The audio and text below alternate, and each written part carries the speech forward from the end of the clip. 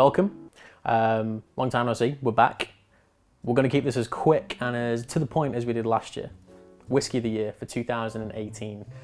Now there was a lot. I've had to go back through every single video we've done amongst my notes to find the scores and what order they went in and etc. We only had 2 10s, we had 2 9.5s, we had 4 9s.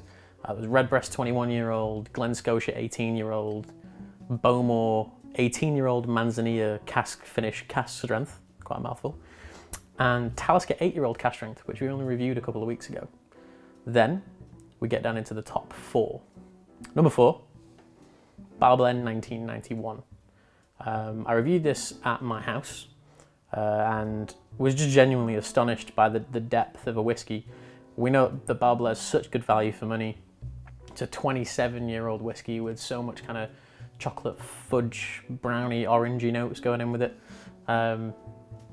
Genuinely unbelievable, wonderful replacement for the 1990. I think I still prefer the 1990, but this is an exceptional change and it's still extremely affordable. So number 4, Balblair 1991.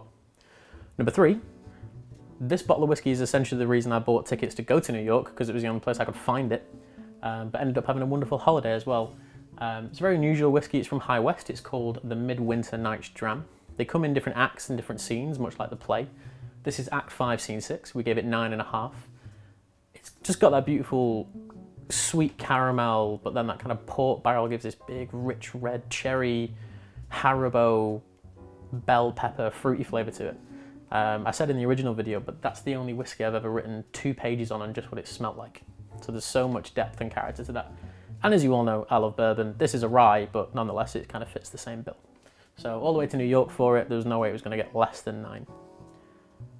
Number 2, biased ensuing, the Maker's Mark Private Select that I helped select.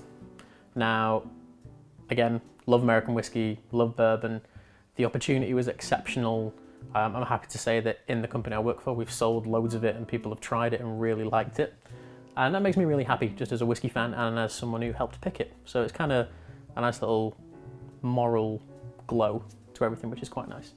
But a cask strength, 252 bottles produced, very unique, very different, very spicy, very full on for a Maker's Mark. Not a very typical style, which again makes it a bit more unusual.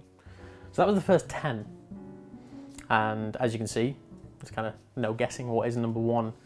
I knew these 2 whiskies were coming out at the same time, and it's coincidental that they both got 10s, but this Glen Scotia port barrel, peated, port finish, 10-year-old, 57.8% ABV, like 2,000 bottles made for the Campbelltown Whiskey Festival. Got to try it at a tasting.